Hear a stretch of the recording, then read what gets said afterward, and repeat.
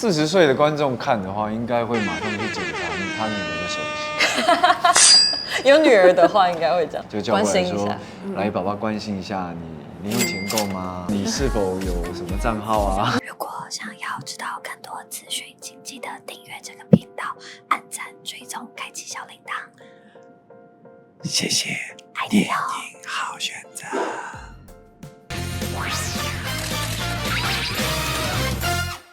最近真的是好剧连连，邀请到塑胶花，那我每次去那个主题，我还特别来个塑胶花。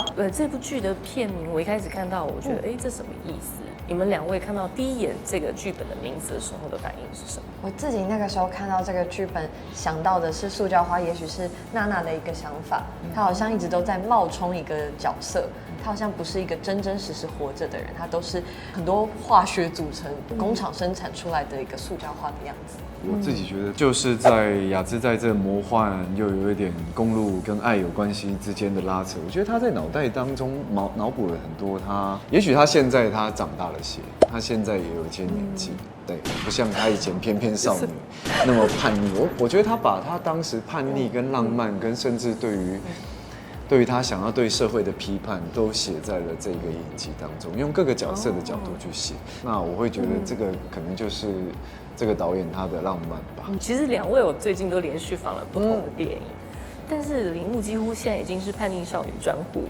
我记得你在上一次我们访问的时候，你还说我早就过了叛逆期，但是这部电影里面你又更加叛逆了。我觉得跟《谁是被害者》里的小梦其实蛮不一样的。小梦的状态有点像是她很脚踏实地，她很真的跟这个世界有了一个连接。但娜娜不是，娜娜有点像是城堡上的公主吗？她对这个世界其实一点都不了解。你自己有任何相似吗？就是我最近发现，我只要不演戏的时候，我就会开始觉得我的存在受到了挑战，因为我回到自己的身体里，我开始做回我被谁挑战？我自己挑战我自己，就有点像是娜娜嘛，就是自己找事情想。就我可能会开始想，那我的观点是什么？我在乎的东西是什么？我喜欢的是什么？为什么我喜欢他们？就是在我自己现实生活中，我觉得我跟娜娜有时候会问很相似的问题。那我觉得你应该趁这个机会请教一下康仁哥，就是可能因为其实康仁的戏每一个角色都很不一样，是，所以我也很好奇康仁回到自己无康仁的时候，为什么有这个表情？其实我把自己看得很小啦。其实你努力而来的成就，或是大家在荧幕上看到你的广告也好，看到你的采访也好，或是你因为某些话鼓励了别人，人家把你捧上了，好像就是你是我的，你给了我很多的努力还是什么。但其实我很容易去把那些东西排除在我的脑袋之外，因为我就会因为排除了那些，我就会觉得自己很小。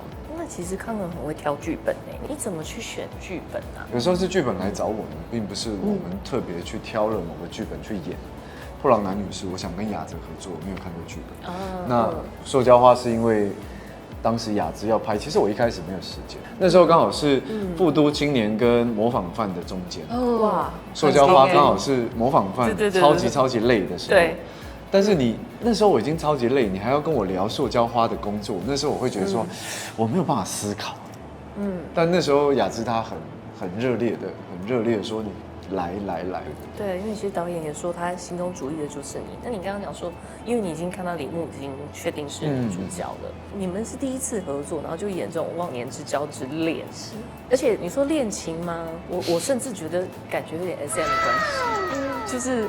你是喜欢被虐的，那他另外一部电影就是极致的在讨论这个议题。还好你没有出现在破狼男女，不然我就犯法。就是所以每个作品的时空是不能交错的。对，没错。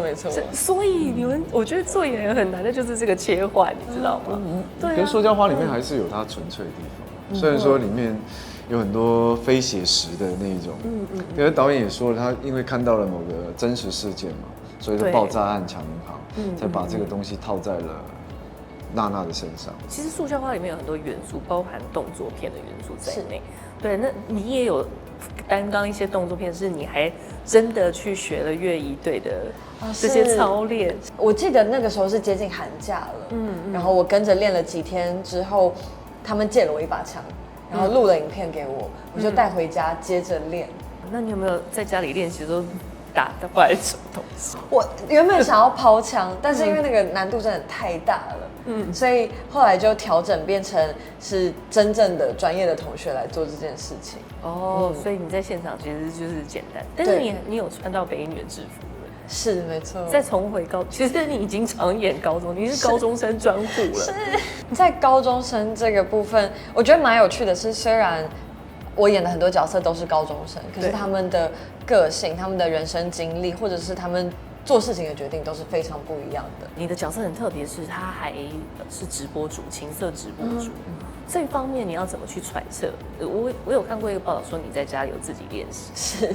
我跟表演老师一起练习过，然后我记得我们一起练习完之后，老师觉得还不错。但是回到家之后，我突然想一想，觉得因为是自己一个人做，我觉得反而最困难的一点是，你要相信别人也有这个欲望。这有点奇怪，但是就是有时候去吃那种开到比较晚的火锅店，会看到很多男生一边吃火锅，然后一边看着女生直播。那问一下旁边的男性。有看过直播吗？其实我刚刚想问的是，那男生在看什么？那个男生就是在看一个穿着很清凉的女生一直在讲话，而且那个男生对面坐着是很像女朋友之类的人，所以他在他女朋友面前，所以我就是整个很不理解，他说别的女生，对啊，但他女朋友也没有在乎。我没有看过所谓的直播。老弟想要看，老伯阿伯咋刚是蛮想要看康仁变直播主会变成什么样。直播有目的性的要对镜头讲话，我觉得那是一个很专业的事情。就除了背下来你今天的主题，你要去控制，你要去采访，那我是觉得我做不到。天啊，我们今天互相告白了，因为我反而觉得你们工作很难，因为要背台词。还好，是很佩服你们。我也觉得，主持人比较难啊，真的哦。好，其实很谢谢两位。那最后也请两位跟观众朋友分享一下，20岁的观众、30、40跟80岁看塑胶花，你们觉得会得到什么？40岁的观众看的话，应该会马上去检查他女儿的手机。有女儿的话，应该会这样。对，就叫过来说，来，爸爸关心一下你零用钱够吗？你是否有什么账号啊？不管几岁，童年对于一个人来说影响力是非常大的。在这部剧里面可以看到很多角色都受困于自己的童年，受困于自己的原生家庭。我觉得塑胶花会勾起大家最直接的欲望的冲动。只有利用，一点喜欢都没有吗？骗子！他妈骗子！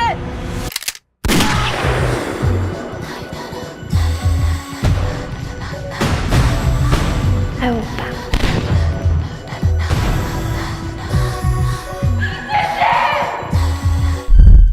电影好选择的观众朋友们，大家好，我是雷梦，我是吴康仁。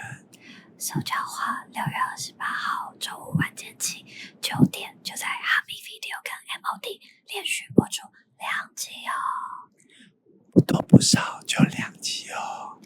如果想要知道更多资讯，请记得订阅这个频道，按赞、追踪、开启小铃铛。谢谢，爱你电哦。影好选择。